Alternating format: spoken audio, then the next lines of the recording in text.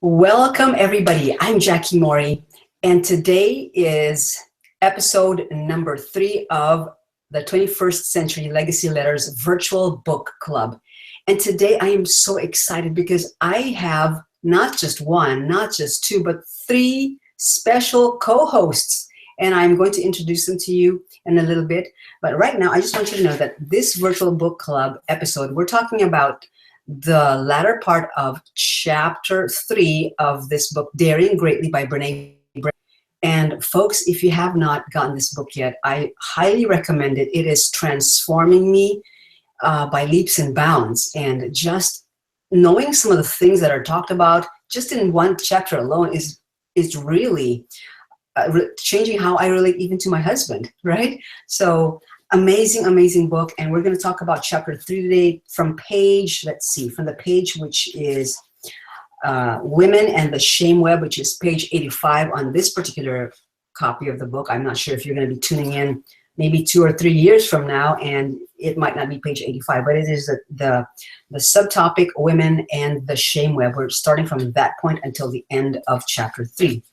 And I'm going to only take a few moments to share just the things that I got, because I want my special co-hosts to share their takeaways, their actionable ideas, and maybe even some anecdotes that they've experienced just in the last few weeks of us talking about this book. So in this chapter, when Brene Brown talks about women and the shame web, she reminds us that there are 12 shame categories. The first one is appearance and body image. I mean, how many people haven't felt people maybe glaring at them if they're not a certain appearance, maybe if they're not tall enough, or they're not thin enough, or if they're not white, or if they're not black, or if they're not Asian, or whatever it is, I mean, how many have not felt even just a tinge of shame when some folks want to place a shame sticker on you, right? How many have not experienced that? I think all of us have experienced shame to some degree, and it is a matter of, are we going to be shame resilient, which is what the point is of this book. The second is money work. How many here have experienced where some folks will ask you, well, what do you do and how much are you making? And you almost feel like you have to explain yourself, like, oh, I'm only making this much money, or this is my line of work. And some people, they kind of like they make their heads go like this. They're not confident about what they're doing.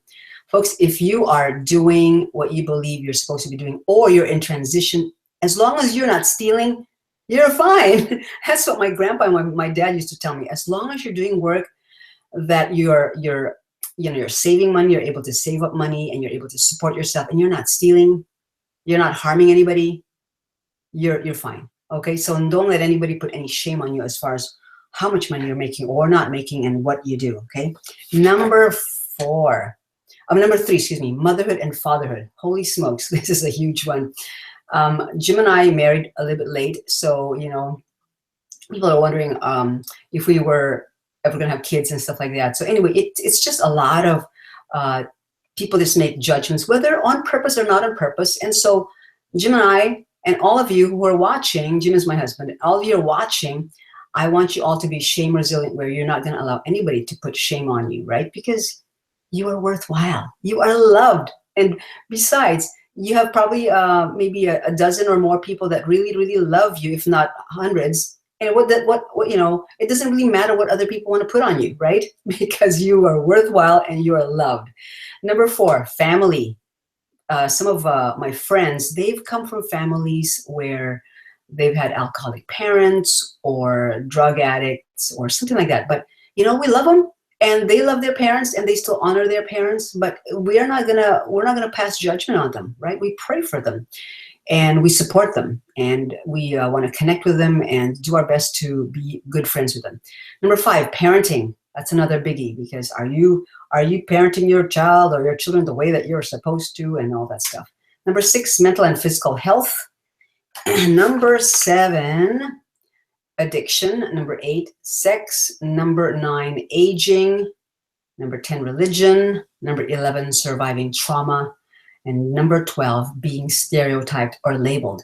So these are the 12 shame categories that I'd love for you to just jot down and be aware. Are you passing judgment on somebody, or am I passing judgment on somebody, or am I trying to put shame on somebody, or is somebody trying to put shame on me, or is somebody trying to put shame on you? I want us all to be shame resilient. So my actionable idea is, just from this portion of that chapter alone, I have many other actionable ideas, but I want to give time for my co-hosts to share their takeaways, actionable ideas, and stories. From just this portion alone of the chapter, my actionable idea is that I am going to be very aware of helping people. Maybe if they're feeling like others are shaming them, like that example where a mom is in the store and her child is throwing a tantrum or whatever it is, I'm not going to look down on that mom. I'm just going to say, I know exactly how you feel. Or just, just smile at her and not make any kind of condescending look or some kind of judgmental look. So that's my actionable idea. Now, I'd like to call on Dr. Becky Slaybaugh. And Dr. Becky has read this book all the way through. I haven't, but Dr. Becky has. And this is Dr. Becky's second go round through this book because, as I've mentioned in the first episode, Dr. Becky wants for all of us to really gain the valuable nuggets, the gold keys that you can find in this book by Brene Brown. So, Dr. Becky, I'd love for you to share your takeaways, any actionable ideas, and something that you're applying in your life, and maybe some anecdotes, please, Dr. Becky. Okay. Well, thank you, Jackie. And thank you for having me here for co-host or co-presenter. I appreciate it. Thank you. You're welcome. I have some things that I wanted just to highlight with you guys. And this one, research tells us that we judge people in areas where we're vulnerable to shame. So we're hard on each other because we're using each other. This is from Brene, as a launching pad out of our own perceived shame deficiency. So, that's just hurtful and ineffective. And she talks about the mean girl and the syndrome in the middle schools and the high schools. And, just bringing that subject up really shows me how hurt people hurt people. Really, that's my takeaway. It's not a surprise because really you're looking at brokenness. And so then I move on to, shame is the fear of disconnection, the fear that we are unlovable and we don't belong. So we overfocus on what others are, what's wrong with others. And that's, she opens that up. Brene opens that. So how do we break the pattern? So she talks about the solution to being stuck in shame is we don't want to denigrate others. And, we want to relate to where they're at. And, you can observe the behavior in others. And this is my takeaway, but I also need to observe my behavior. And I have an example on that when I had a relative come to my house and she hadn't seen it and she wanted to get a view of it. She went into my closet and she saw a lot of shoes and she looked at me and she said, "Shame on you for having all those shoes." And, we hear that, Guy. I see Tanisha shaking her head. I mean, we hear that in Christian circles. We hear it in the culture. We hear it everywhere, that statement. And so anyways, I responded and I said, no. I don't have any shame on me. Actually, I'm very grateful for the shoes that I have. Very grateful. She didn't respond. Nothing was, it was just left. So now I know some of you guys might read this, but since I'm first, I just have one little thing I'm going to share with you. And I love this, the skin horse. You remember that? Okay. So this is about being wholehearted. And I'm going to take one more minute after that to share a wholehearted experience that came out of it. So I'm going to read this. This comes out of the 1922 children's classic, The Velveteen Rabbit by Marjorie Williams. And this is about what wholehearted is all about. Real isn't how you are made, said the skin horse. It's the thing that happens to you. When a child loves you for a long time, not just to play with, you become real. And so the rabbit asked, well, does it hurt? Sometimes, said the skin horse. for he was truthful, always truthful. When you are real, you don't really mind being hurt. Does it happen all the time? And he goes, well, it can happen. It doesn't happen all at once. You become. I thought that was interesting. You just become. It takes a long time. That's why it doesn't really happen to people who break easily or have sharp edges, because they have to be carefully kept. So generally, by the time you are real, most of your hair has been loved off, your eyes dropped out, and you get loose in the joints and you're very shabby. But those don't really matter because you're real. And when you're real, you can't be ugly except for people that don't understand. So I got one tiny little story to share with that. For my takeaway, I love that skin horse example. Gary and I were driving and having a nice sunny afternoon day in Phoenix, and on a Sunday afternoon, quickly, and then we found ourselves in a parade. We don't know how we got there, but we ended up in a parade of muscle cars. So as we're driving along, I realized here's all these muscle cars. We can't get out. So what do? You got to be real, right? I mean, here's all these people waving, and they're waving to us, and we have this old Volvo that we're driving in the middle of this parade. Downtown Phoenix, all these people come to see the car, and here's Becky and Gary in their little beat up old Volvo. So we were real. We weren't shameful. We thought, at first I thought, oh my God, we're in this. What are we doing? We can't find the way out. We waved.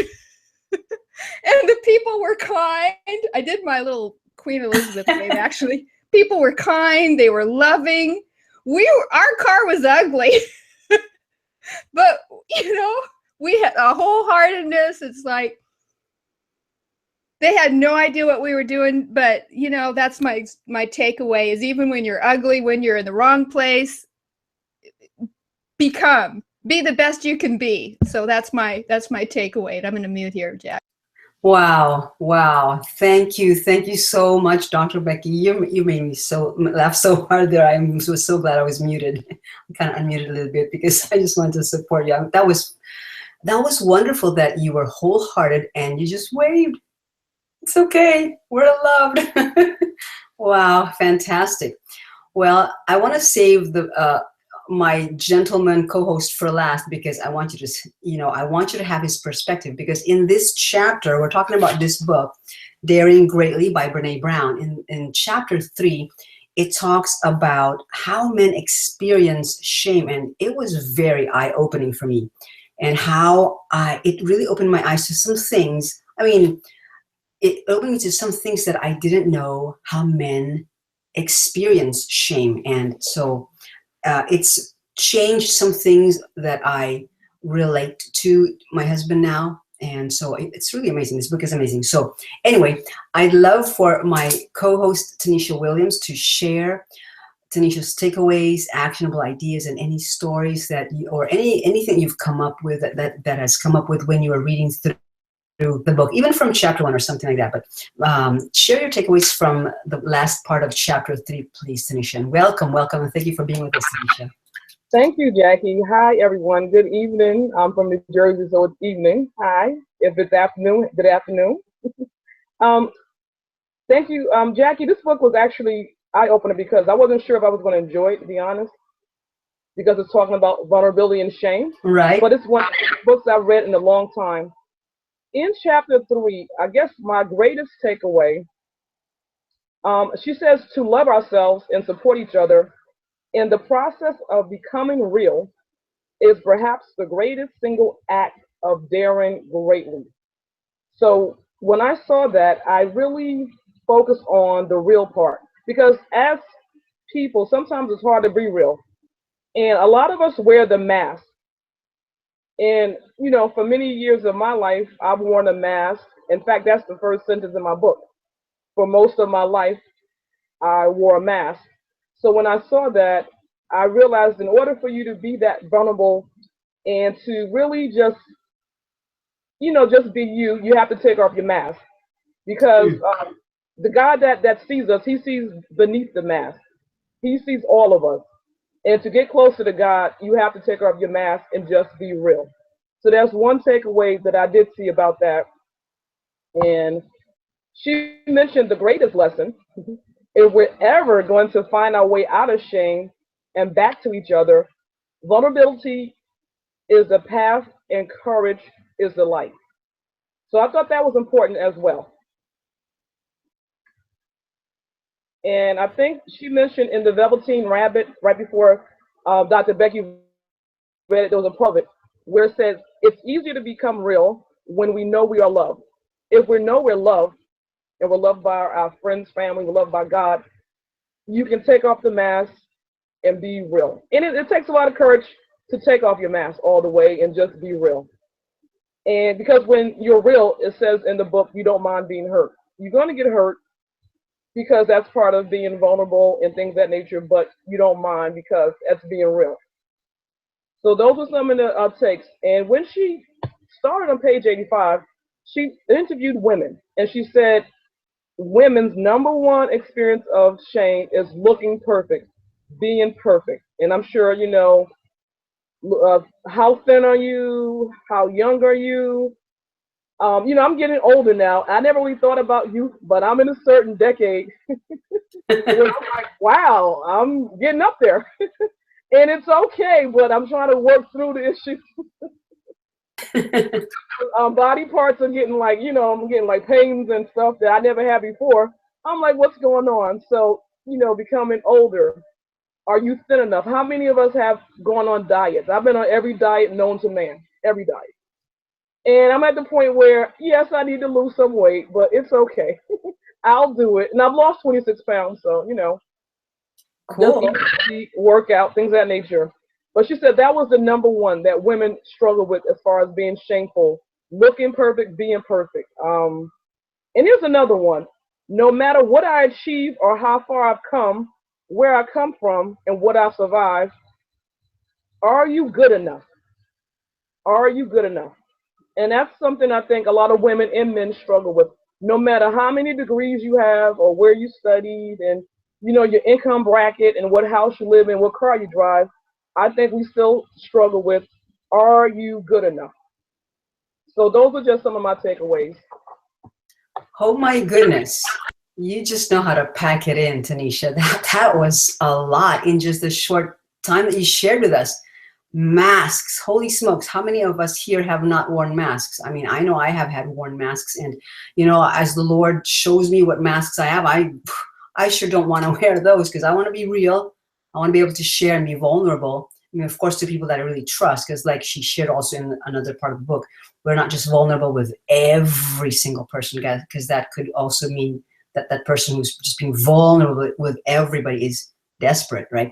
But to those people that I am accountable to, or I trust, or friends that I really know have proven that they're trustworthy, why wouldn't I? Why wouldn't I be able to just take off any mask? Like, here I am, all me, and either you still love me or not. That's So Tanisha, that is awesome how you pointed out the masks and the weight, and we women have to deal with the culture around us, especially I think in the Western culture, where the models, those who are so thin and so gorgeous and just downright perfect, and they know how to walk, and and they dress perfectly, they have the best clothes. I mean, those are the ones that are icons, and they're looked up as, here's what we need to strive for, and if we're not there, well, shoot, too bad for you, kind of thing. So my goodness, folks, Tanisha hit on a lot of points. So if you're watching the replay, feel free to rewind that because that was power packed. Wow. And now I'd like to bring to the big screen Steve Garvin. Steve is our gentleman who has just honored us with his presence and really shared with us about his takeaways from this book, from a masculine perspective, from a gentleman's perspective. So I'd like to welcome Steve Garvin. Hi, Steve. How are you doing, sir? And share us your takeaways. I'm great. Good, good. Thank you, Jackie. So reflect on what Tanisha just shared and has been shared earlier about, you know, kind of body and age and so forth. And this is also tying it with the masculine perspective. I liked where she shared about her experience interviewing people at the community college. You know, where a young lady apparently had shared, you know, I'm so worried about my back fat or whatever. You know, that's not even crossing my mind. I mean, there's just like this inner dialogue on both sides of the equation, you know, of the table that, you know, prevents the people from really with one another, being wholehearted with one another. And, you know, when we be vulnerable and to really show then, you know, there's just beautiful things that can happen. So, so that's one takeaway. Another takeaway, and I'm just gonna, when I left my corporate job, one of the first things I did was I started embracing my artistic self, created a mask when, as kind of just actually I did a bunch of these paper mache masks. And another thing that, and this kind of ties back to the book, in that it really broke my heart when the young man, he had gone to his father, and, you know, he'd been doing this artist all along. His uncle, I think it was, that said, "What are you doing, raising a faggot artist," or something like that. And it's just like, you know, totally disconnecting there and totally invalidating him for who he is and the talents that he brought. And Brene shared how she really feels like, did the people immediately in his presence be affected, that not only did it affect him, it affected his family, and it affected all the people that would have appreciated and, you know, gained value from the art that he could have done. You know, those things. And the other thing, from the man's perspective, one of the stories that came to light for me was when the man in the yellow Izod sweater, you know, when they're at the bookstore, daughters have just bought a stack of books, and the father stays behind, and the mother's like, you know, come on, we've got to move on. And really, the way that Brene shares is that's when her eyes were open to, you know, the masculine perspective on shame and vulnerability. You know, too oftentimes the idea in our culture that men in general aren't emotional. They don't deal with shame or vulnerability or whatever, that it's, you know, we have this really tough exterior, and that's, we're very much conditioned to show that tough exterior where we have it all together, and where we're making, you know, more money than everybody around us. It doesn't really even matter how much money you're making. It just has to be more than everybody else is making. And so, you know, it really connect between us and the people around us. So, wow, Steve. Wow, I have a quick question, Steve. How did you, because you're a creative and you're a man, how did you, I mean, you probably may have experienced shame, or people are saying, why are you in this particular, you know, career or whatever. How did you become shame resilient when folks tried to put shame on you regarding your creativity, your playfulness, and so on, please? Well, part of it comes from, honestly, watching my father, who also watercolor painter. I don't know if you saw what I shared on my page today, but I've started to pick up my watercolors again. And he spent his career, it wasn't until he retired from his job that he picked up his pens and watercolor and so forth. And that happened in my own life. And also, one of the things that opened up was by him being vulnerable and embracing that part of himself. honestly, when our relationship started. Before that, it was, I mean, there was just this wall there, and, you know, and he was, I mean, the mask was very strongly affixed. And I mean, I come in different ways, but my background is in accounting and IT, where, you know, there isn't much space for that. I mean, to be a creative person in that environment, I had to wear it. Not only did I have to wear a mask, but I had to wear a uniform. You know, wear nowadays is very different than what I wore back then, because you know, you just had to look and be a certain way. And it was really starting, and I'm just starting to listen, or to get into the part where Brene Brown is talking, I think it's in the next chapter, but about self-compassion, about, you know, accepting who you are and to embrace who you are. And I just finished the book Big Magic by Elizabeth Gilbert, and she talks about her experience as a creative person, particularly as a writer, but that, you know, when you embrace and accept that part of you, you don't need to get outside validation as to, you know, that being okay for you to do that. You do it because that's who you are, and that you celebrate that, and you bring that into your life. And it doesn't have to look any certain way. For the longest time, she didn't even make any money from her writing. You know, we all have seen from the perspective, you know, when she's had a book that was on the the bestsellers list for 3 years straight. I mean, you know, so looking from that angle, it's like, you know, she's just about, you know, in the publishing world. But on the other side, she spent years sending submission after submission and getting rejection letter after rejection letter. But for her, that wasn't the important part. And that's the takeaway that I got from that book, was just, you know, you continue to be true to who you are, and how things look outside of that is really not important. I feel a little bit of hesitancy even saying that that's not important, you know, because we're so conditioned to validation. When we allow ourselves to be who we are, whether we're an artist or a firefighter or a, you know, whatever, you know, that we can show up and face that we all need to be who we are.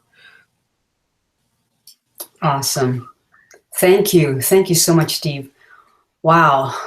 I really appreciate you sharing that. And I really felt when she told that story about the uncle of that young boy who was very artistic, calling him, saying, telling his father, "What? You're raising a faggot artist now?" I mean, that just really, I felt that. I mean, I felt that in my soul.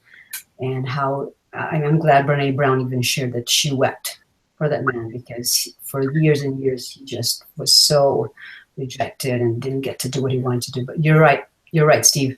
We need to do what we need to do, because that's what we were wired for. So I want to give everyone an opportunity for some final thoughts. So Dr. Becky, do you have any final thoughts before we go, please? Yeah, I think my final thoughts are, as far as being real, and just remember that there's going to be people out there that will try to shame you or blame you, and you don't have to take it, you don't have to receive it, but you also don't have to condemn them either. So what you do, and I think this is what Brene was saying, and is that rather than walking inside their chaos, you stay outside of the chaos. And this is a learning and growing development thing. But then you try to give them grace and a kind heart, even if you know, like that my relative that wasn't being very kind to me, I just I didn't sit there and say, "That's terrible. How could you dare say that?" Instead, I was very kind, but I got my message clearly. So get your message clearly of knowing who you are. And so when you get into these places, Jackie, I think that you'll find not only you're helping them, ironically, but you're building in you a shame resilience. So that's my takeaway. Powerful, powerful indeed. And folks, if you already know that you have perhaps maybe relatives that like to put shame on others, maybe you can help them waken up to that. And like Dr. Becky shared, maybe think about how you can turn the conversation such that either you help the other person who is being shamed, and also at the same time helping the person who is trying to shame that other relative of yours. So, you know, especially coming up to maybe if the year is coming up to some holidays and so on, and you know you're going to meet some family members that are used to judging or shaming or saying some snide remarks, being very critical. Just think of ways, creative ways, and to maybe help the situation where either you set some boundaries and or you think of ways to turn the conversation so that they're aware, and also help those that are being shamed. Even if it's you that's being shamed, then also be prepared on how to respond, because you already know what's coming, right? You're not going in there like, oh, I don't know what to do, but prepare yourself, because preparation is the key to success, one of the many keys to success. Tanisha, any final thoughts, please, ma'am? Yes, one of the things, the last takeaway I got, she mentioned something about how people always felt there was no seat at the cool table. You know how you were in high school, there was that cool table with those pretty girls and handsome guys. Yep. I didn't sit with them. I don't know if you guys sat with them. I didn't. But she was saying, you know, sometimes you feel like there is no seat at the cool table. And it used to bother me that maybe I didn't fit in. I never really tried to fit in, but I realized maybe in my 30s that I'm not supposed to fit in. That's God made me the way I am for a reason. So you are the way you are for a reason. You're not supposed to fit in. Wow, come on. Exactly. Why try to fit in? Maybe they're not. Here's something. Tanisha, that was powerful. Thank you, thank you, thank you.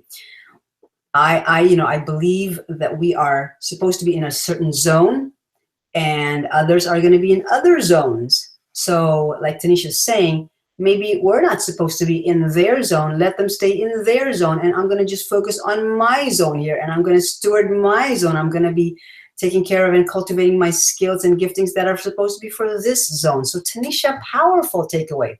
Steve, I'm going to give you one more opportunity before we go here, because I want to make sure that we stay as close to 30 minutes as possible. Please, Steve. Sure. First of all, I love that idea of zones. You know, I'm thinking kind of along the lines of, you know, birds of a feather flock together type of thing, which can be really beautiful. I mean, you know, there's kind of the exclusive or the disconnected part of it, but there's also, you know, it's really awesome to be in a community where you feel gotten, you know, where you have some shared experiences.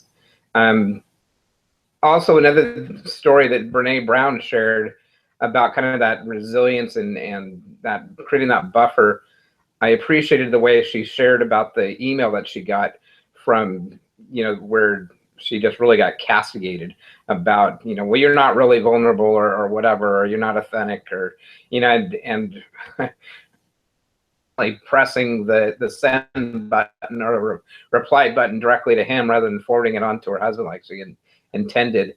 But she you know, she established boundaries, you know, and was very strong about who she was, but she was also respectful when she sent on the, you know, the subsequent email. And, you know, that's a really good example. You know, we can't make everybody like us. We can't make everybody, you know, be respectful, but we can, you know, love ourselves, and we can, you know, establish the boundaries that we need in order to be protected and to be whole and to be who we are.